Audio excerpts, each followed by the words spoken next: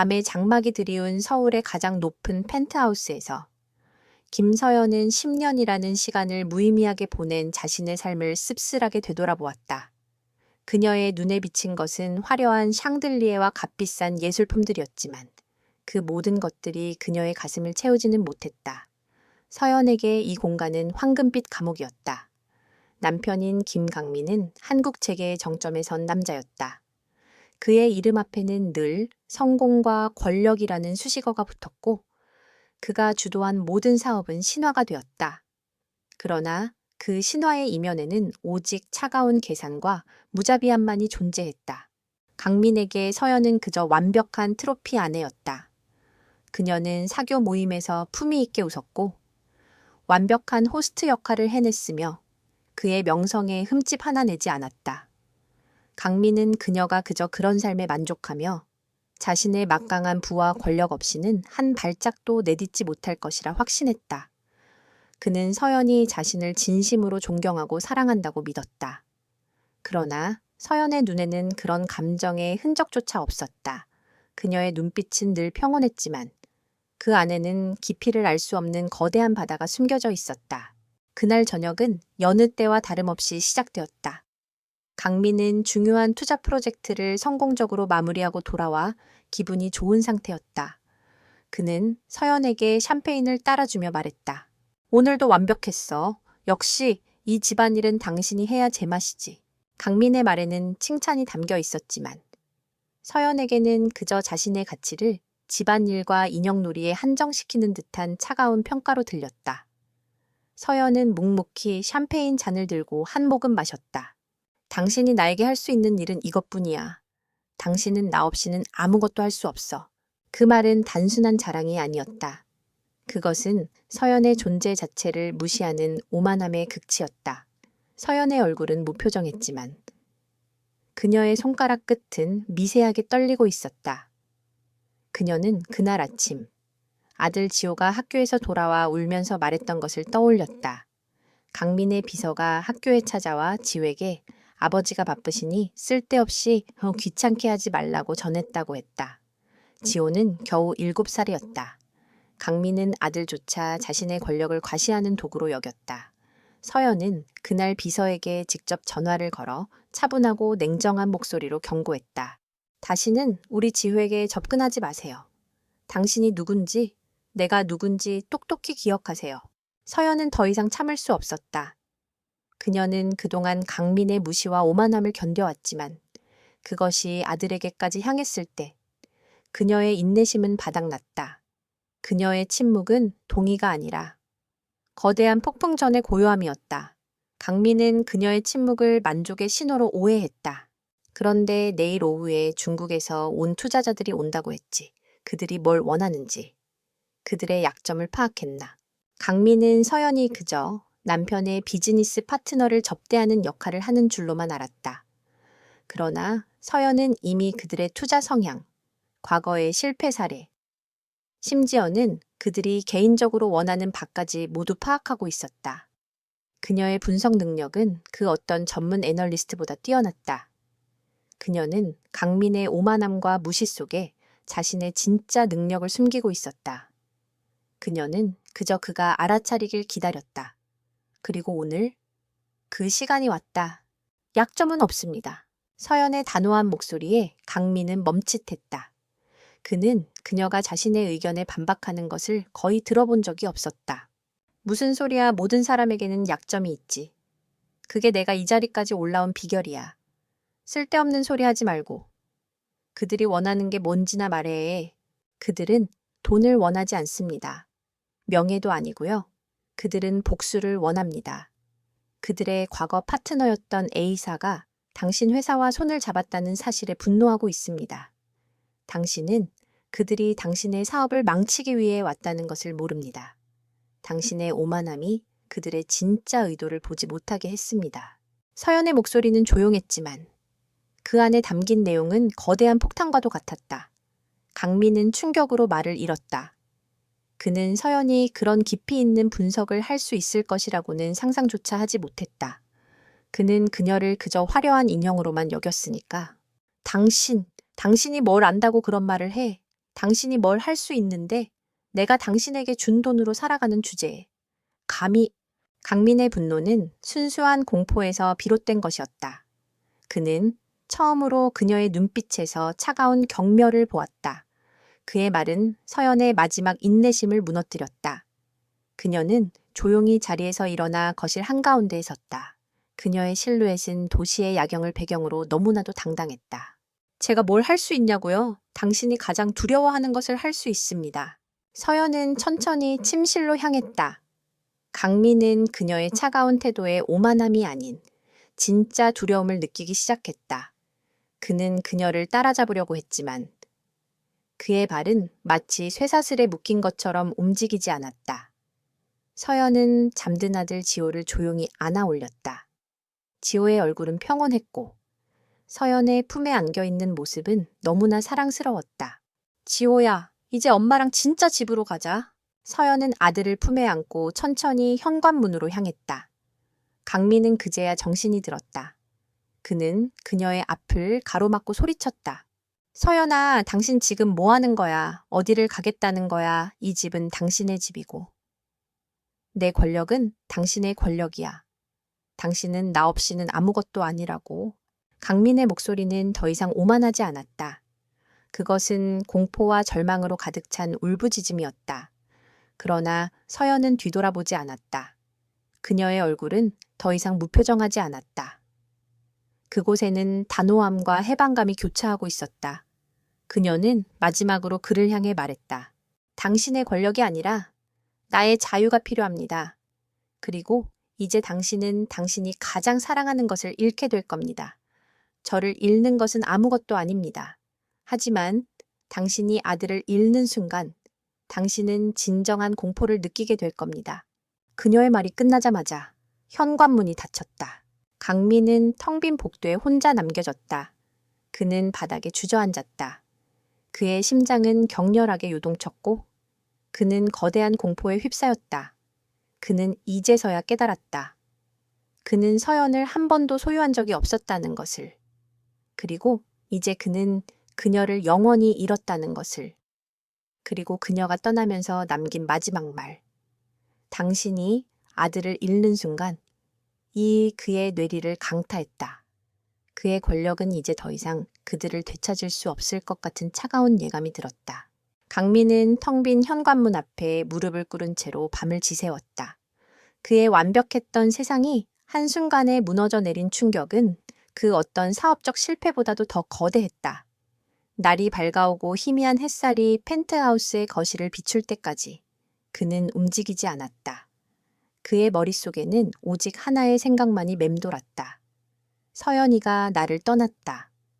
그가 평생 쌓아 올린 모든 것들이 허상이었음을 증명이라도 하듯 그의 심장은 고통스럽게 울렸다. 태양이 중천에 뜨고 나서야 강민은 겨우 몸을 일으켰다. 그의 첫 반응은 공포가 아닌 분노였다. 그녀가 감히 자신을, 대한민국 최고의 기업가인 김강민을 이런 식으로 떠나다니 그는 그녀가 이 모든 것을 계획했을 리 없다고 생각했다. 그녀는 그저 충동적으로 행동했을 뿐이며 곧 자신의 결정이 얼마나 어리석었는지 깨닫고 돌아올 것이라 믿었다. 비서실에 전화해 내 아내와 아들을 찾아 당장. 그의 목소리는 차가운 명령으로 가득 차 있었지만 손은 미세하게 떨리고 있었다. 비서는 그의 목소리에 담긴 긴장감을 감지하고 즉시 움직였다.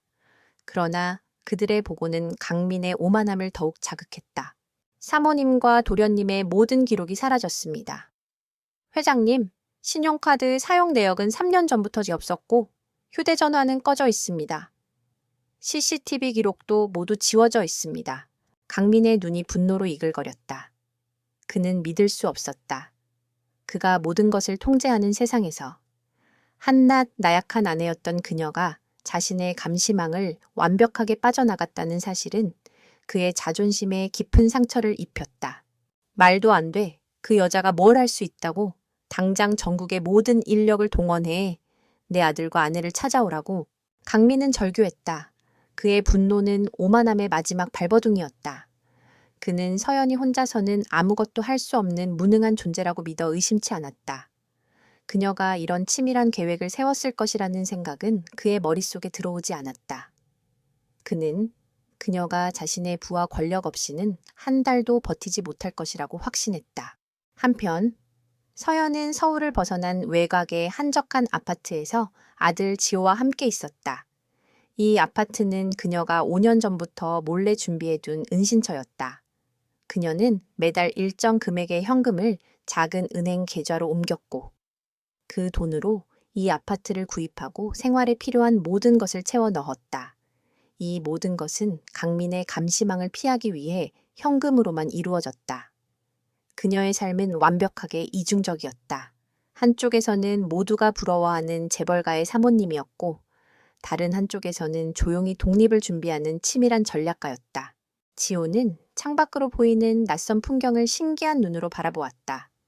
펜트하우스의 거대한 유리창과는 달리 이곳의 창문은 소박했지만 아늑한 느낌을 주었다. 지호는 서연에게 물었다. 엄마, 우리 이제 아빠 집에 안 가는 거야. 서연은 아들의 머리를 부드럽게 쓰다듬으며 말했다. 응, 지호야, 이제 우리 둘만의 새로운 집이야. 아빠한테서 조금 멀리 떨어져서 지내는 거야. 지호는 고개를 갸웃거렸지만 서연의 얼굴에 드리운 평온함을 보고는 안심한 듯 미소 지었다. 서연은 아들이 강민의 권력과 돈이 아닌 엄마의 따뜻한 품에서 평범하고 행복하게 자라기를 바랐다. 그것이 그녀가 모든 것을 걸고 도망친 이유였다. 강민은 자신의 모든 인맥과 자원을 동원해 서연을 찾아 나섰다. 사설 탐정, 전직 정보 요원, 심지어는 경찰 고위 간부에게까지 압력을 가했다. 그는 서연과 지호가 해외로 도피했을 가능성도 염두에 두고 공항과 항만까지 샅샅이 뒤졌다. 그러나 그들의 흔적은 어디에도 없었다. 서연의 모든 디지털 발자국은 완벽하게 지워졌고 그녀가 이전에 만났던 사람들은 아무것도 알지 못했다. 그들이 마지막으로 그녀를 본 것은 한 달 전 자선 행사장이었다. 그녀는 그때도 여느 때처럼 조용하고 우아했지만 그녀의 눈빛은 무언가를 결심한 듯 날카로웠다. 강민은 좌절하기 시작했다. 그는 이 모든 것이 누군가의 음모일 것이라고 생각했다. 어쩌면 경쟁사의 함정일지도 모른다고. 그는 서연이 이런 일을 계획하고 실행했을 리 없다고 여전히 믿었다. 그녀는 그저 연약한 여인일 뿐이니까. 그는 그녀의 존재를 너무나도 하찮게 여겼기 때문에. 그녀의 진정한 능력을 알아차리지 못했다. 그날 저녁, 강민은 수백 명의 부하 직원들을 동원해 서울 시내 모든 CCTV를 뒤지게 했다.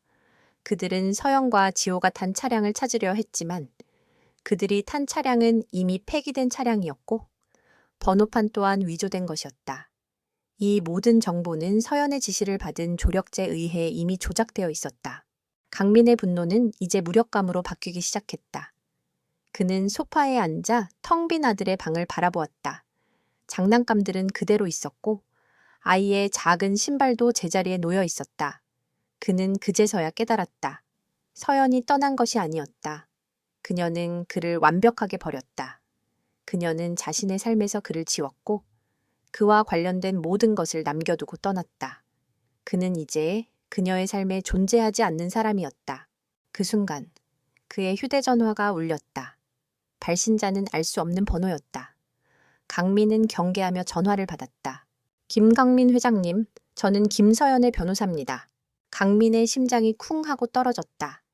변호사 서연이 변호사를 고용했다고 그의 머릿속은 혼란으로 가득 찼다. 지금 무슨 소리를 하는 겁니까? 내 아내는 변호사가 필요 없어. 그녀는 당신에게 이혼소송 서류를 보낼 겁니다. 그리고 그녀는 당신의 소유가 아니라는 것을 말씀드리고 싶군요.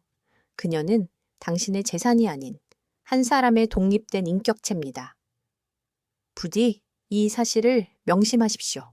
강민은 할 말을 잃었다. 그녀의 변호사는 차분하고 냉정하게 말을 이어갔다. 당신의 모든 재산은 이미 법적 절차에 따라 가압류 신청이 들어갈 겁니다. 서류는 내일 아침 도착할 겁니다. 강민은 소리를 지르며 전화를 끊었다. 그의 손에서 휴대전화가 떨어져 산산조각 났다. 그녀는 단순한 가출이 아니었다. 이것은 치밀하게 계획된 전쟁이었다. 그리고 그는 이제야 그 전쟁의 시작을 알게 되었다. 그의 오만함은 그를 가장 소중한 사람들을 잃게 만들었고 그들의 존재를 너무나 하찮게 여겼기 때문에 그는 그들의 숨겨진 능력을 알아차리지 못했다. 서연은 창가에 앉아 커피를 마시며 강민의 반응을 예상하고 있었다. 그녀의 손에 들린 태블릿 PC 화면에는 강민이 소리치며 비서에게 지시를 내리는 모습이 실시간으로 담겨 있었다. 비록 음성은 들리지 않았지만 그녀는 그의 얼굴 표정만으로도 그가 어떤 감정을 느끼고 있는지 정확히 읽을 수 있었다. 분노, 당혹감, 그리고 마침내 찾아온 공포. 그녀는 피식 웃었다. 그가 그녀를 찾아다니며 혼란에 빠져 있을 그 순간이 그녀가 지난 10년 동안 준비해온 계획의 서막이었다. 10년 전, 서연은 촉망받는 기업 컨설턴트였다. 그녀의 분석 능력은 업계에서 정평이 나 있었고 그녀가 손을 댄 모든 프로젝트는 성공을 거두었다. 강민은 그녀의 능력을 한눈에 알아보았고 그녀의 지성과 아름다움에 매료되었다. 그는 그녀에게 결혼을 제안했고 서연은 그의 막강한 영향력을 통해 자신의 꿈을 펼칠 수 있을 거라 생각했다. 하지만 결혼 후 강민은 그녀의 재능을 철저히 억눌렀다. 그는 그녀가 자신의 능력으로 빛을 발하는 것을 원치 않았다. 그는 오직 자신이 만든 비다레에서 그녀가 빛나기를 바랐다. 당신은 내 아내야. 세상에서 가장 아름다운 보석으로 내 옆에 있어주면 돼.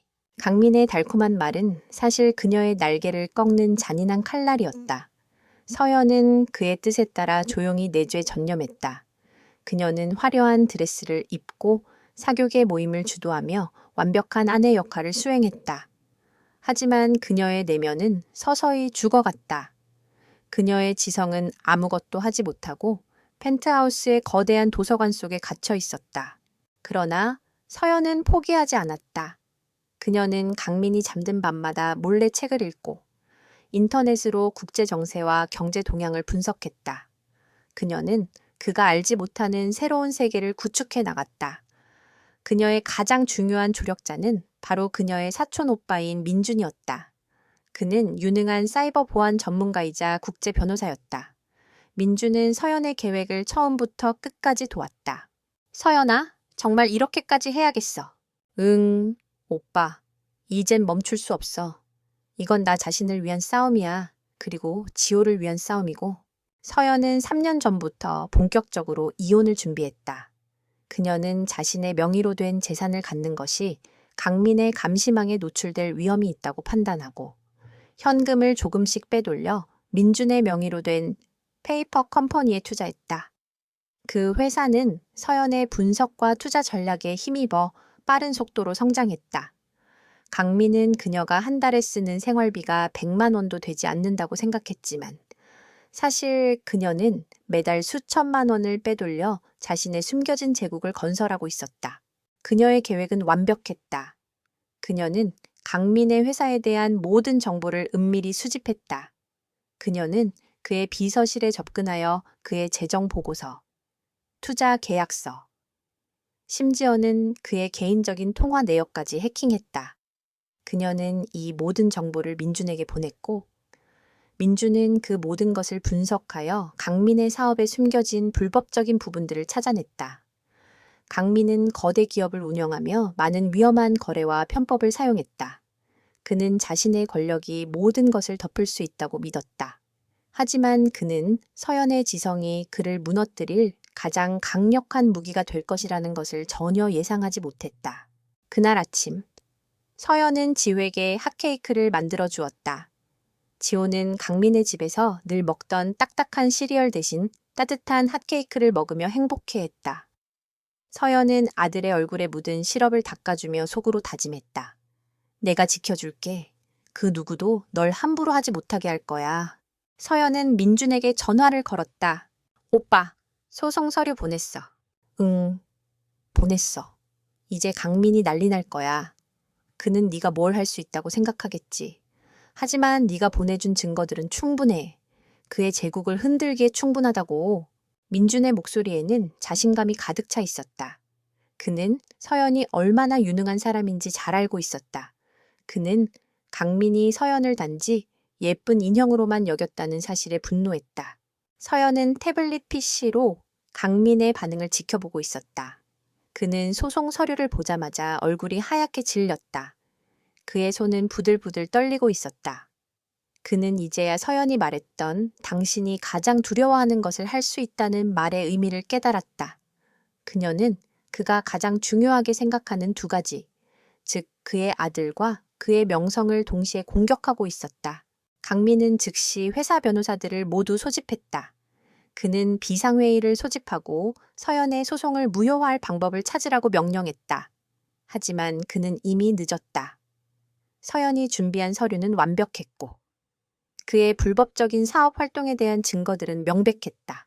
말도 안 돼. 이 서류들은 위조된 거야. 누가 이런 짓을 했는지 찾아내. 당장. 강민은 변호사들에게 소리쳤지만 그들의 표정은 이미 굳어 있었다. 그들은 서류에 담긴 내용이 얼마나 심각한지 알고 있었다. 서연은 단순한 이혼을 원하는 것이 아니었다. 그녀는 그를 무너뜨리고 그에게서 모든 것을 빼앗으려 하고 있었다. 그녀가 보내준 증거들은 그가 가장 중요하게 생각하는 사업의 핵심을 정확히 꿰뚫고 있었다. 이게 다야. 이게 바로 내가 준비한 모든 것의 시작이야.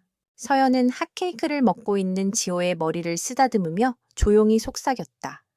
그녀는 이제 더 이상 약한 여자가 아니었다. 그녀는 과거에 자신을 버리고 아들을 지키기 위해 모든 것을 걸고 싸우는 강인한 전사였다. 그녀의 눈빛은 차갑고 단호했다. 그녀는 강민이 그녀를 얕잡아 본 대가를 톡톡히 치르게 할 것이었다. 김강민은 서연의 이혼 소송 서류를 손에 들고 차갑게 식어가는 커피잔을 노려보았다. 그의 심장은 분노와 함께 불안으로 격렬하게 요동쳤다. 서류에 명시된 내용들은 충격 그 자체였다. 그녀가 요구한 것은 단순한 재산 분할이 아니었다. 그녀는 그의 회사인 K&M 그룹의 불법적인 자금 유용과 해외 페이퍼 컴퍼니를 이용한 비자금 조성에 대한 구체적인 증거들을 제시했다. 말도 안 돼. 이 모든 게 거짓말이야. 그는 소리쳤지만 그의 목소리는 이미 떨리고 있었다. 그는 서연이 이런 정보를 어디서 얻었는지 도저히 이해할 수 없었다. 그녀는 그저 집에서 아이를 키우는 평범한 주부였고 그의 비즈니스에 대해서는 아는 것이 전혀 없다고 믿어 의심치 않았다. 강민은 그녀가 자신의 사업을 파악했을 리 없다고 확신했다. 그러나 서류에 담긴 내용은 너무나 구체적이고 정확했다. 거래 날짜, 금액, 심지어는 비자금이 흘러들어간 계좌번호까지 상세히 기록되어 있었다. 강민은 즉시 회사 법무팀을 소집했다. 법무팀장은 서류를 검토하고 난 후 굳은 얼굴로 강민에게 보고했다. 회장님, 이 증거들은 모두 사실인 것 같습니다. 특히 지난 3년간의 거래 내역은 저희도 파악하지 못한 부분인데 어떻게 이렇게 상세히 알고 있는지 모르겠습니다. 법무팀장의 말에 강민의 얼굴은 창백하게 질렸다. 그는 서연을 무시했던 과거의 자신의 행동들이 얼마나 어리석었는지 비로소 깨닫기 시작했다. 그녀는 그저 조용한 그림자가 아니었다. 그녀는 그가 보지 못했던 거대한 존재였고 그는 그녀의 그림자 속에서 자신을 과신하고 있었다. 강민은 분노에 휩싸여 소리쳤다. 누가 이 서류를 만들었는지 당장 찾아내. 서연이는 이런 일을 할 수 없어. 그녀 뒤에 누군가 있어. 그는 서연의 능력을 인정하기보다는 그녀를 조종하는 배우가 있을 것이라고 믿는 편이 훨씬 마음 편했다. 그의 오만함은 여전히 그를 지배하고 있었다. 그는 서연의 독립적인 사고와 행동을 인정할 수 없었다. 한편 서연은 변호사 사무실에서 민준과 함께 강민의 반응을 지켜보고 있었다. 그들은 모든 것을 예상하고 있었다. 강민이 자신을 찾아내려 할 것이고 자신의 능력을 믿지 못해 배후를 찾을 것이라는 것을. 이제 시작이야. 오빠. 강민은 내가 뭘 할 수 있는지 아직도 몰라. 서연의 눈빛은 차가웠지만 그녀의 목소리에는 미세한 떨림이 있었다. 그녀는 강민과의 싸움이 쉽지 않을 것이라는 것을 알고 있었다. 그는 권력과 부를 모두 가진 사람이었고 그녀는 그저 치밀한 계획과 용기만을 가진 한 사람이었으니까. 하지만 그녀는 물러서지 않았다. 아들을 위한 싸움이었고 자신을 위한 싸움이었다. 얘 걱정하지 마. 서연아, 네가 모아온 증거들은 너무나 강력해. 그가 아무리 발버둥쳐도 이길 수 없을 거야. 민주는 서연의 손을 잡고 그녀를 안심시켰다. 그는 서연이 지난 10년 동안 얼마나 고통스러웠을지 잘 알고 있었다. 그녀는 그의 눈에 더 이상 약한 여동생이 아니었다. 그녀는 강인한 전사이자 모든 것을 잃을 각오가 된 용감한 사람이었다. 며칠 후 법원에서의 첫 번째 심리가 열렸다. 이혼 소송은 이미 재계와 언론의 큰 주목을 받고 있었다. 사람들은 모두 김강민 회장이 이혼 소송을 통해 잃을 것은 아무것도 없다고 생각했다. 그들은 서연을 그저 남편의 돈을 노리고 이혼 소송을 건 속물이라고 비난했다. 하지만 서연은 그들의 비난에 흔들리지 않았다. 그녀는 기자들의 플래시 세례 속에서도 당당하게 걸어나갔다. 법정 안에서 강민은 거만하게 앉아 있었다. 그는 서연을 한 번도 쳐다보지 않았다. 그에게 서연은 존재하지 않는 사람이었고 이 소송은 그저 그의 명성을 더럽히려는 누군가의 모략에 불과했다. 서연의 변호사인 민주는 차분한 목소리로 서연의 증거들을 하나씩 제시하기 시작했다. 그는 강민의 회사가 지난 몇 년간 진행한 불법적인 자금 유용과 탈세 행위를 상세히 설명했다. 피고인 김강민은 자신의 회사를 통해 수십억 원의 비자금을 조성하고 이를 개인적인 용도로 사용했습니다. 이 모든 증거는 저희 의뢰인 김서연 씨가 직접 수집한 것입니다. 법정안은 술렁였다. 강민은 민준의 말을 비웃으며 말했다. 쓸데없는 소리. 그 서류들은 모두 위조된 거야. 내 아내는 아니, 김서연 씨는 그런 정보를 수집할 능력이 없네. 이건 명백한 음해야. 강민은 서연을 노려보았다. 그는 그녀가 이 모든 상황을 두려워하며 무너질 것이라고 생각했다. 그러나 서연의 눈빛은 흔들림이 없었다. 그녀는 조용히 자리에서 일어나 강민의 눈을 똑바로 바라보았다. 당신은 항상 저를 무시했죠. 제가 아무것도 할 수 없는 존재라고 믿었으니까요. 하지만 당신이 무시했던 그 시간 동안 저는 당신의 모든 것을 파악하고 있었습니다. 당신의 오만함이 당신의 눈을 가렸을 뿐이죠. 서연의 목소리는 조용했지만 그 안에 담긴 힘은 강민을 압도했다. 강민은 그녀의 말에 반박할 수 없었다. 그녀의 눈빛은 그가 평생 처음 보는 것이었다. 그것은 냉철한 지성과 거대한 용기로 가득 차 있었다. 민주는 서연의 도움을 받아 준비한 추가 증거들을 판사에게 제출했다. 그것은 강민이 해외 페이퍼 컴퍼니를 설립하는 과정에서 오고 간 이메일과 대화 내용이었다. 이 증거들은 단순한 위조 문서가 아니었다. 그것들은 그의 목소리와 그의 필체가 담긴 명백한 증거였다. 법정은 이제 완전히 강민에게 불리하게 돌아가고 있었다. 그의 변호사들은 당황하며 그를 변호하려 했지만 그들은 이미 상황이 그들의 통제를 벗어났다는 것을 알고 있었다. 강민은 이제야 깨달았다. 서연은 그저 이혼을 원하는 것이 아니었다. 그녀는 그에게서 아들을 빼앗고 그의 명성을 무너뜨리려 하고 있었다. 그리고 그녀는 그 모든 것을 혼자서 해내고 있었다.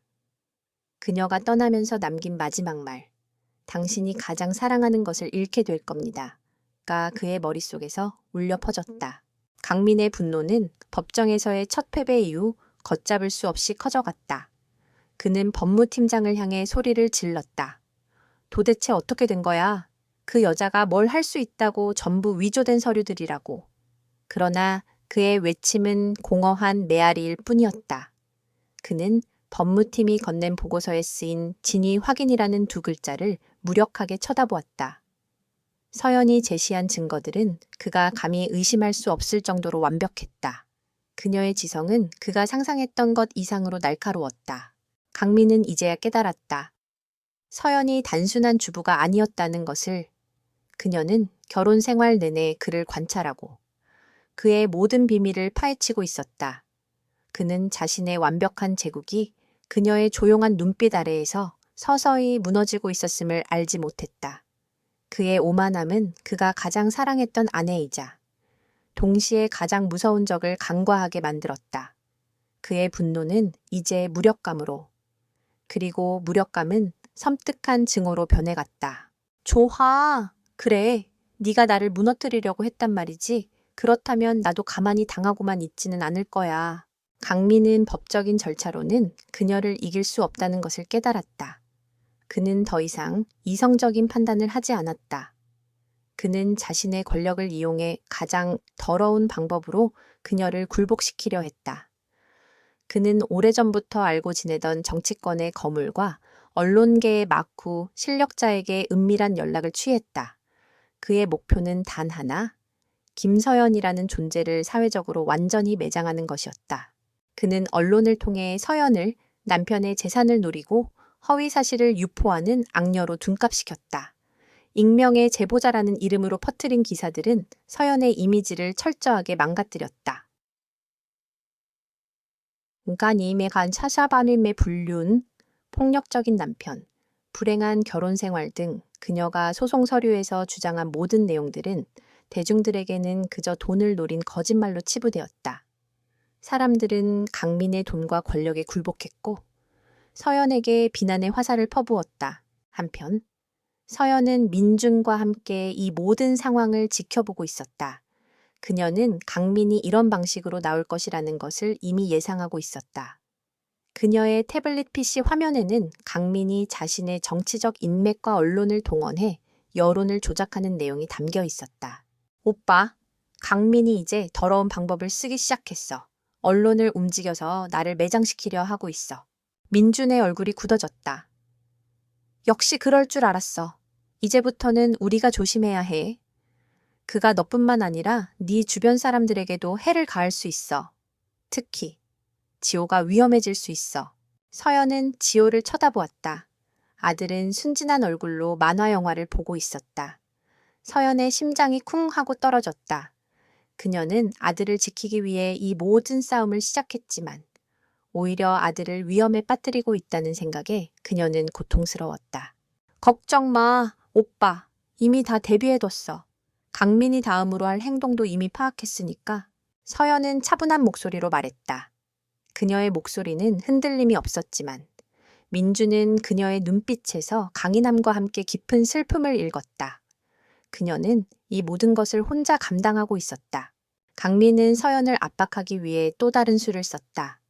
그는 자신의 회사와 거래하던 중소기업들에 압력을 가했다. 김서연의 가족과 관련된 모든 기업과의 거래를 끊어라. 그렇지 않으면 K&M 그룹과의 모든 거래가 중단될 것이다. 이 협박에 많은 기업들이 굴복했고 서연의 가족이 운영하는 작은 회사는 순식간에 파산 직전에 내몰렸다. 강민은 이 모든 것이 서연을 굴복시키기 위한 단순한 경고라고 생각했다. 서연은 아버지에게서 온 전화를 받았다. 아버지는 걱정 가득한 목소리로 말했다. 서연아, 이게 도대체 어떻게 된 일이냐, 강민이. 왜 우리 회사까지 건드리는 거니? 서연은 아버지의 걱정스러운 목소리에 가슴이 찢어지는 것 같았다. 그녀는 자신의 싸움이 사랑하는 가족들에게까지 피해를 주고 있다는 사실에 고통스러웠다. 하지만 그녀는 물러설 수 없었다. 그녀는 아버지를 안심시키며 말했다. 아빠, 걱정하지 마세요. 제가 다 해결할게요. 강민이 우리 가족을 건드린 이상 저는 더 이상 물러서지 않을 거예요. 이제부터는 제가 모든 것을 걸고 싸울 거예요. 서연은 강민의 다음 수를 예상했다. 그는 그녀를 굴복시키기 위해 그녀의 유일한 약점인 아들 지호를 이용할 것이다. 그녀는 이미 아들의 학교와 집 주변에 경호원을 배치해 두었다. 하지만 그녀는 강민이 얼마나 무자비한 사람인지 잘 알고 있었다. 그는 아들을 납치하거나 혹은 아들을 이용해 그녀를 협박할 것이다. 서연은 민준에게 전화를 걸었다. 오빠, 강민이 곧 지호를 이용할 거야. 모든 대비를 해야 해. 민준은 서연의 목소리에 담긴 긴장감을 감지했다. 알았어. 서연아, 네가 보낸 자료들로 강민의 모든 불법적인 행위를 폭로할 준비를 하고 있어. 그의 제국이 무너지면 그는 더 이상 널 건드릴 수 없을 거야. 서연은 태블릿 PC를 켜고 강민의 감시 카메라를 통해 그의 모습을 지켜보았다. 강민은 비서에게 전화를 걸어 김지호 도련님을 데려와 서연이에게 말해. 내가 지호를 데리고 있다고. 내가 원하는 건 오직 하나. 그녀가 이 모든 것을 철회하고 내게 돌아오는 것뿐이라고. 서연의 심장이 차갑게 식었다. 그녀의 예상은 적중했다. 강민은 이제 마지막 카드를 꺼내 들었다. 그는 그녀를 다시 그의 곁에 두기 위해 아들을 이용했다. 하지만 강민은 한 가지 중요한 사실을 간과했다. 서연은 이미 그를 영원히 떠날 각오가 되어 있었다는 것을. 그리고 그녀는 그가 아들을 건드릴 경우 그가 상상할 수 없을 만큼의 대가를 치르게 할 준비가 되어 있었다. 그녀의 눈빛은 복수심으로 불타올랐다. 이제는 더 이상 되돌아갈 수 없었다. 이 싸움은 그녀의 자유와 아들의 행복, 그리고 강민의 몰락을 위한 마지막 투쟁이 될 것이다. 강민의 명령은 즉시 실행되었다. 그의 수하들은 지호가 다니는 유치원으로 향했다. 그들은 지호를 납치하거나 폭력을 행사할 의도는 없었다. 그저 아이를 데려와 강민의 곁에 두는 것만으로도 서연을 굴복시킬 수 있으리라 믿었다. 그들에게 지호는 단순히 목적을 이루기 위한 수단일 뿐이었다. 그러나 그들은 한 가지를 간과했다. 서연이 이 모든 것을 예상했다는 사실이었다. 그녀는 이미 며칠 전부터 지호의 유치원 주변에 사설 경호원들을 배치해 두었다. 이 경호원들은 전직 특수부대 출신으로 강민의 수하들보다 훨씬 더 전문적이고 은밀하게 움직였다. 강민의 수하들이 유치원 정문에 도착했을 때 그들은 이미 그곳에 지호가 없다는 사실을 알게 되었다.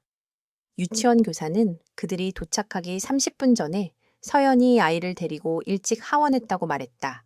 수하들은 당황했다. 그들은 강민에게 이 사실을 보고했고 강민의 분노는 하늘을 찔렀다. 김서연, 이 여자가 감히 날 속여. 강민은 자신의 무력함에 치를 떨었다. 그는 자신의 권력이 더 이상 그녀에게 통하지 않는다는 사실을 깨닫고 있었다. 그는 그녀를 찾아내기 위해 자신의 모든 인맥을 동원했지만 그녀는 마치 연기처럼 사라졌다. 그녀는 이제 단순한 주부가 아니라 그와 대등하게 싸울 수 있는 무서운 상대가 되어 있었다. 한편 서연은 민준과 함께 안전한 은신처로 이동하고 있었다. 지호는 서연의 품에 안겨 평화롭게 잠들어 있었다. 서연은 아들의 얼굴을 보며 안도했지만 동시에 깊은 고통을 느꼈다. 그녀는 자신의 싸움이 아들의 평화로운 일상을 깨뜨렸다는 사실에 죄책감을 느꼈다. 오빠, 강민이 지호를 납치하려 했어. 내 예상대로야. 서연의 목소리는 차분했지만 그 안에는 억누르지 못하는 분노가 담겨 있었다. 민주는 그녀의 손을 잡고 말했다. 이제부터는 더 조심해야 해. 강민은 이제 물불 가리지 않을 거야. 서연은 고개를 끄덕였다. 그녀는 이제 강민에게 더 이상 기회를 주지 않을 것이다. 그녀는 그가 자신의 아들을 건드린 이상 그가 어떤 대가를 치러야 하는지 보여줄 것이다. 서연은 민준에게 태블릿 PC를 건네주었다. 이걸 이용해서 강민에게 메시지를 보내줘. 내일 아침. 법원에서 지호의 양육권에 대한 심리가 열릴 거라고. 그리고 내가 어떤 증거를 가지고 있는지 알려주지 마. 민주는 서연의 계획을 이해했다. 그녀는 강민이 자신의 힘을 과시하며 양육권 소송에서 승리하려 할 것이라고 예상했다. 그리고 그녀는 그에게 최후의 일격을 가할 준비를 하고 있었다. 그녀가 준비한 증거는 강민의 회사와 관련된 불법적인 내용뿐만이 아니었다. 그것은 강민이 지호를 어떻게 대했는지, 그가 얼마나 무책임하고 무관심한 아버지였는지를 보여주는 결정적인 증거였다. 다음 날 아침, 법원에는 수많은 기자들이 몰려들었다. 이혼 소송에 이어 양육권 소송까지. 사람들은 모두 강민이 승리할 것이라 믿어 의심치 않았다. 강민은 변호사들과 함께 당당하게 법정으로 걸어 들어왔다. 그는 자신의 변호사들이 완벽한 승리를 가져다 줄 것이라 확신했다. 그는 자신에게 유리한 증인들을 내세워 자신이 얼마나 좋은 아버지인지를 증명하려 했다. 그러나 서연은 그가 예상하지 못한 방법으로 그를 공격했다. 서연은 증언대에 올라 강민과 지호의 관계에 대한 이야기를 시작했다. 그녀는 강민이 지난 7년간 아들과 함께 보낸 시간이 10시간도 되지 않는다는 사실을 밝혀냈다. 그녀는 강민이 아들의 생일, 입학식, 그리고 각종 기념일에 한 번도 참석하지 않았다는 사실을 입증할 수 있는 증거들을 제출했다. 피고인 김강민은 아들이 울 때, 아들이 아플 때, 아들이 힘들어할 때 단 한 번도 옆에 있어주지 않았습니다. 그는 아들의 존재를 자신의 명성을 위한 도구로만 여겼습니다. 서연의 목소리는 조용했지만 그 안에는 깊은 슬픔과 분노가 담겨 있었다. 강민은 서연의 말에 반박하려 했지만 서연이 제시한 증거들은 난 너무나 명백했다. 서연은 강민의 회사 비서들이 지회에게 보낸 문자 메시지와 통화 기록을 제출했다. 그 메시지들은 회장님이 바쁘시니 도련님께서 조용히 기다려주세요. 쓸데없는 일로 회장님을 귀찮게 하지 마세요. 와 같은 내용들이었다. 법정 안은 술렁였다.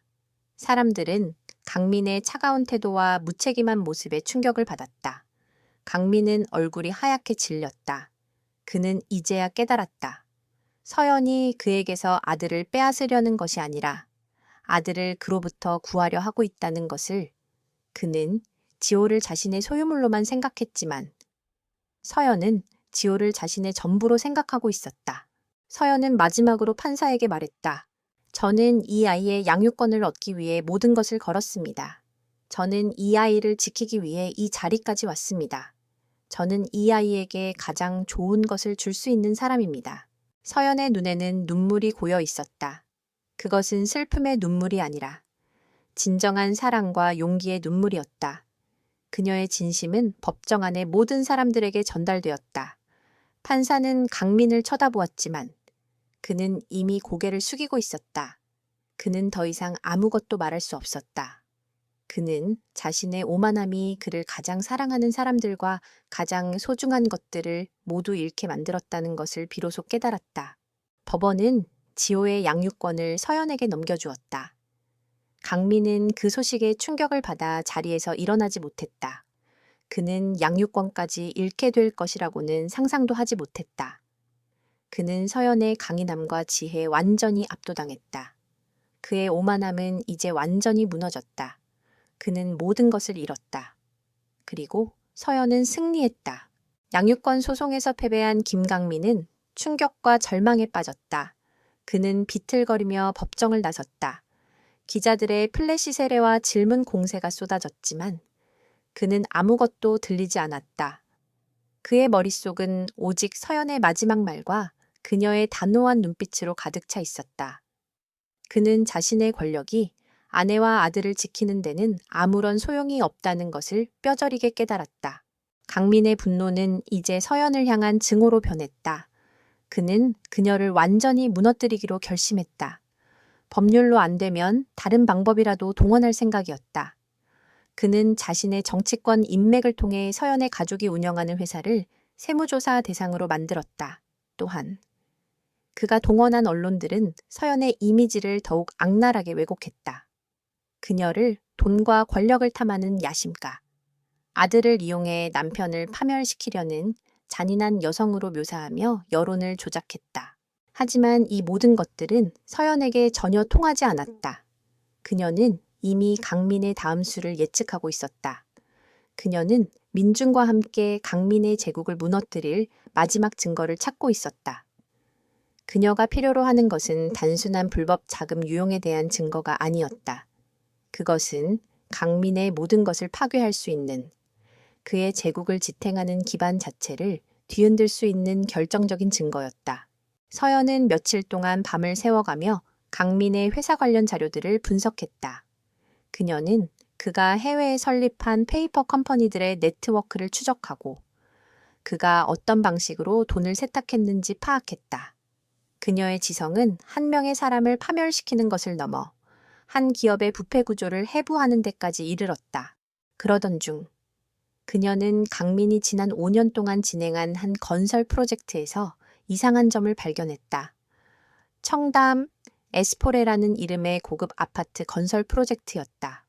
이 프로젝트는 표면적으로는 성공적이었지만 서류상으로는 엄청난 손실을 입은 것으로 기록되어 있었다.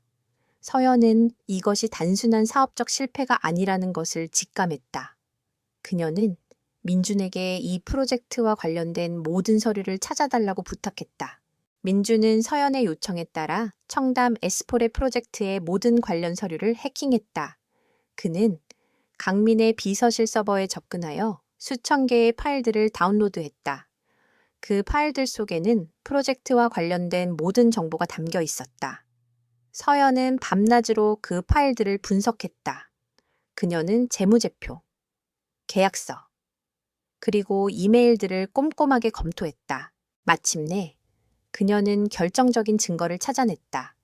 강민이 청담 에스포레 프로젝트를 통해 수십억 원의 비자금을 조성했다는 사실이었다. 그는 이 프로젝트를 빌미로 건설사를 협박하여 돈을 갈취했고 그 돈을 자신의 정치적 인맥들에게 뇌물로 제공했다. 그는 자신의 권력을 이용해 프로젝트의 인허가를 불법적으로 획득했다. 서연은 분노에 휩싸였다. 그녀가 가장 충격받았던 것은 이 프로젝트가 단순히 돈을 벌기 위한 것이 아니었다는 점이었다. 강민은 이 프로젝트를 통해 자신의 권력을 더욱 공고히 하고 자신의 힘을 과시하기 위해 수많은 사람들을 희생시켰다. 그녀는 그가 얼마나 오만하고 무자비한 사람인지 다시 한번 깨달았다. 서연은 민준에게 말했다. 오빠, 찾았어. 강민이 청담 에스포레 프로젝트를 통해 비자금을 조성하고 정치권에 뇌물을 준 증거를 찾았어. 민준의 얼굴이 굳어졌다. 이건 단순한 이혼 소송의 문제가 아니야. 이건 법적으로도 엄청난 문제야. 강민은 이걸로 감옥에 갈 수도 있어. 알아. 하지만 이건 우리가 이길 수 있는 유일한 방법이야. 그는 우리 가족을 망치려 했어. 그는 지호의 양육권을 뺏으려 했고 내 삶을 파괴하려 했어. 이제는 그가 대가를 치러야 해. 서연의 눈빛은 차가웠지만 그녀의 마음은 뜨거웠다. 그녀는 더 이상 물러서지 않을 것이었다. 그녀는 이 모든 것을 끝내기로 결심했다. 그녀는 민준에게 모든 증거 자료를 건네주며 말했다. 이 모든 것을 언론에 공개해줘. 그리고 검찰에도 보내줘. 그가 가장 두려워하는 것을 보여줘야 해. 그가 가진 모든 것을 잃는 순간을. 강민은 그날 저녁 자신의 사무실에서 이 모든 것을 모른 채 평화롭게 와인을 마시고 있었다. 그는 서연이 이제 더 이상 자신에게 위협이 되지 않을 것이라 믿었다. 그는 그녀가 이혼 소송에서 이겼다고 해서 자신이 무너질 것이라고는 생각하지 않았다. 그는 자신의 권력과 돈으로 모든 것을 해결할 수 있다고 믿었다. 하지만 그는 자신이 가진 모든 것이 사실은 모래 위에 지어진 성이라는 것을 알지 못했다. 그리고 그 성을 무너뜨릴 거대한 파도가 바로 지금 그를 향해 다가오고 있었다. 김강민은 평소와 다름없이 이른 아침 회사로 출근했다. 그의 얼굴에는 여전히 오만함이 서려 있었다. 이혼 소송과 양육권 문제로 잠시 흔들렸던 그의 자존심은 이제 서연을 무너뜨릴 완벽한 계획을 세웠다는 생각에 다시금 회복되고 있었다. 그는 서연이 감히 자신의 권력에 대항하려 했다는 사실이 우스웠다. 그녀는 그저 자신이라는 거대한 바다에 덤벼드는 작은 조약돌에 불과하다고 생각했다. 그러나 그날 아침 그의 평온한 일상은 산산조각 났다. 회사 로비에 들어서자마자 그는 수많은 기자들이 자신을 기다리고 있는 것을 보았다. 그들은 마치 굶주린 하이에나들처럼 그에게 달려들었다. 강민은 당황했지만 이내 평정심을 되찾았다. 그는 이 모든 것이 서연의 마지막 발악일 것이라고 생각했다. 회 회장님, 청담 에스포레 프로젝트의 불법적인 비자금 조성에 대해 한 말씀 부탁드립니다. 정치권의 뇌물을 상납하고 인허가를 불법으로 따낸 것이 사실입니까? 기자들의 질문은 강민의 심장을 꿰뚫는 날카로운 칼날과 같았다. 강민은 충격으로 말을 잃었다. 청담 에스포레 프로젝트는 그가 가장 은밀하게 진행했던 사업이었다. 그는 서연이 이 프로젝트에 대해 알 리 없다고 확신했다. 그러나 기자들의 질문은 너무나 구체적이었다. 그들은 이미 모든 것을 알고 있는 듯했다. 강민은 분노에 휩싸여 소리쳤다. 무슨 근거로 그런 허위 사실을 유포하는 겁니까? 누가 이런 말도 안 되는 소리를 퍼뜨렸는지 당장 밝혀내. 그러나 그의 외침은 이미 늦었다. 바로 그때 그의 휴대전화에서 알림음이 울렸다. 민준이 보낸 메시지였다.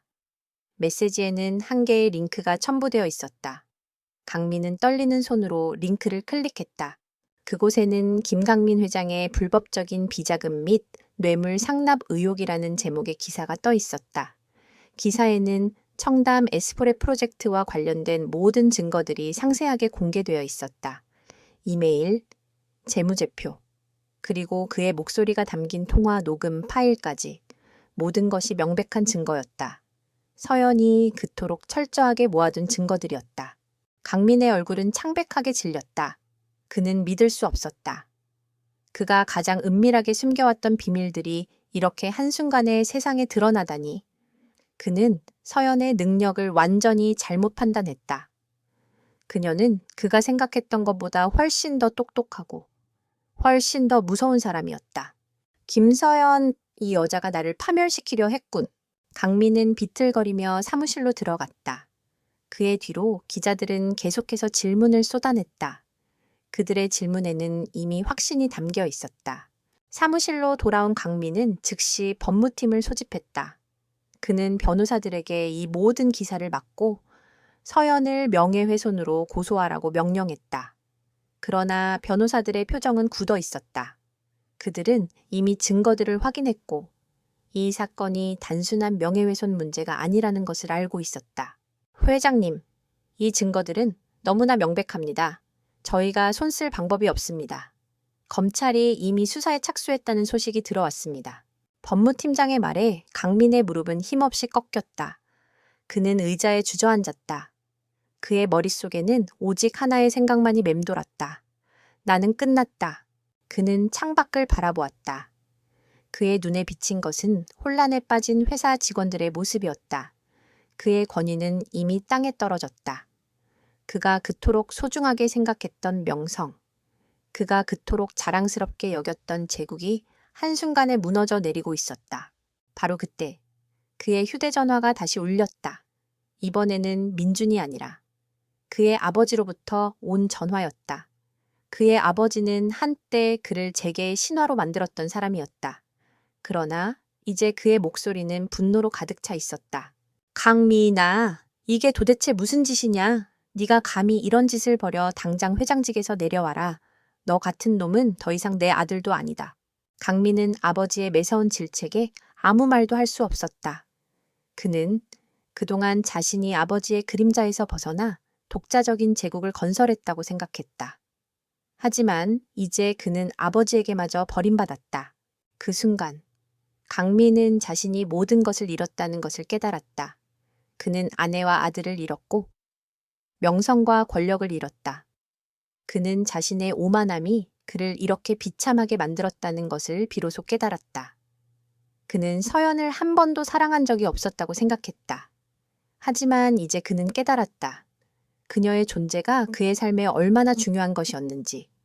그녀는 그에게 단순한 아내가 아니라 그의 오만함을 견제하고 그를 인간으로 만들어주는 유일한 존재였다.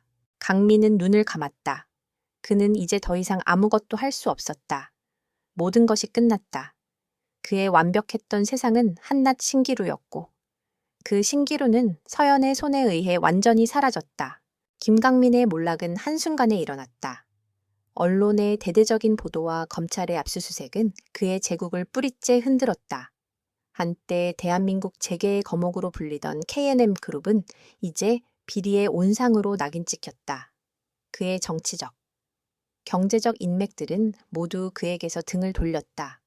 그들이 그를 추켜 쓴 것은 그의 권력과 부를 탐했기 때문이었고 이제 그가 모든 것을 잃게 되자 그들은 마치 존재하지 않았던 것처럼 사라졌다. 강민은 이제 더 이상 그의 사무실에 앉아 와인을 마실 수 없었다. 그는 자신의 거대한 펜트하우스에 홀로 남겨졌다. 넓은 거실은 텅 비어 있었고 화려한 샹들리에는 그를 비웃는 것처럼 빛을 잃어가고 있었다. 그는 서연과 아들 지호가 떠난 그날 밤 자신이 얼마나 어리석었는지 비로소 깨달았다. 그는 그녀가 자신의 삶에 어떤 의미였는지 전혀 알지 못했다. 그는 그녀를 그저 예쁜 장식품으로만 여겼고 그녀가 가진 지성과 능력 그리고 무엇보다 그녀의 따뜻한 마음을 완전히 무시했다. 강민은 거실 한가운데에 주저앉아 텅 빈 아들의 방을 바라보았다. 지호의 작은 신발과 장난감들이 그대로 놓여 있었다. 그는 지호가 태어났을 때 자신이 얼마나 행복했는지 떠올렸다. 하지만 그는 그 행복을 지키기 위해 아무것도 하지 않았다. 그는 오직 자신의 권력과 명성을 쌓는 데에만 몰두했고 그 결과 가장 소중한 사람들을 잃었다. 세어연아, 지호야! 그의 입에서 나온 이름은 공허한 메아리가 되어 펜트하우스의 벽에 부딪혔다. 그는 이제 더 이상 그들에게 아무것도 줄 수 없었다. 돈도, 권력도. 심지어는 자신의 미안하다는 말조차 그들에게 닿을 수 없었다. 그는 그가 가진 모든 것을 잃었다. 그의 회사, 그의 명성, 그리고 그의 가족.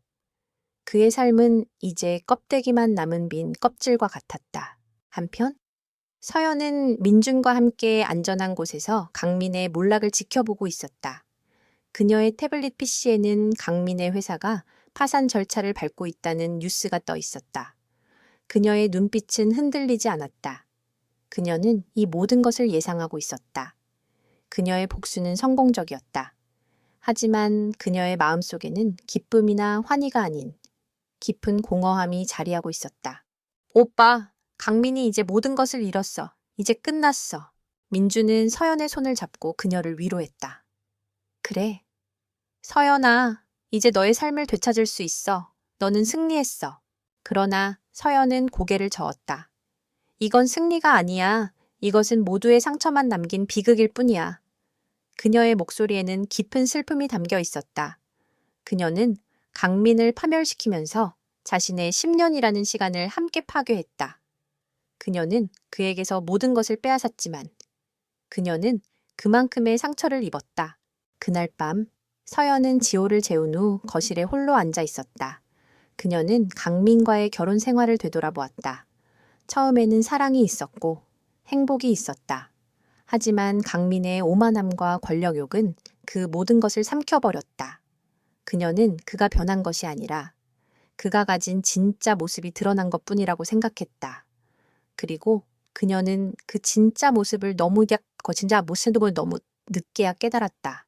서연은 이제 모든 것을 끝내고 싶었다.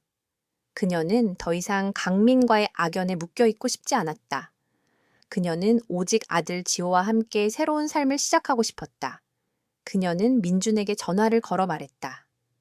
오빠, 우리 이제 떠나자. 모든 것을 정리하고 아무도 우리를 모르는 곳으로 가자. 민준은 서연의 결정에 동의했다. 그는 서연이 다시 행복해지기를 진심으로 바랐다. 그는 서연이 그동안 겪었던 모든 고통을 잊고 새로운 삶을 시작하기를 원했다.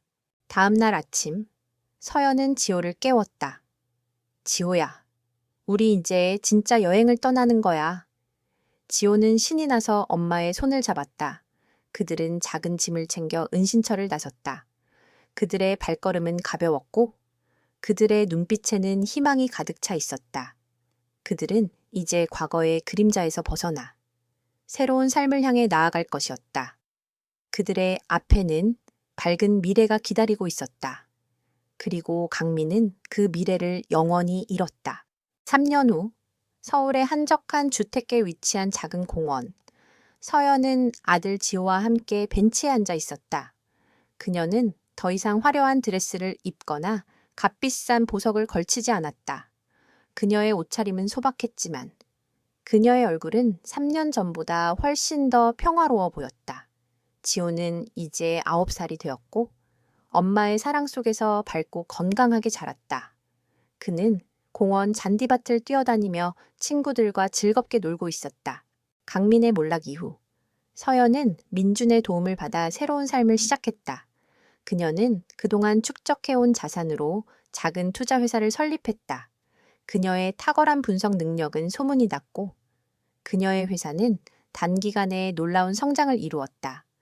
그녀는 더 이상 강민의 그늘에 가려진 여인이 아니었다. 그녀는 자신의 능력으로 성공을 이루어낸 독립적인 사업가였다. 서연은 아들의 밝은 웃음소리를 들으며 과거를 회상했다. 3년 전 그녀는 강민과의 싸움에서 승리했지만 그녀의 마음속에는 공허함이 남아 있었다. 그녀는 그에게서 모든 것을 빼앗았지만 그녀의 상처는 여전히 아물지 않았다. 하지만 시간이 지나면서 그녀는 스스로를 치유해 나갔다. 그녀는 이제 더 이상 복수심에 사로잡히지 않았다.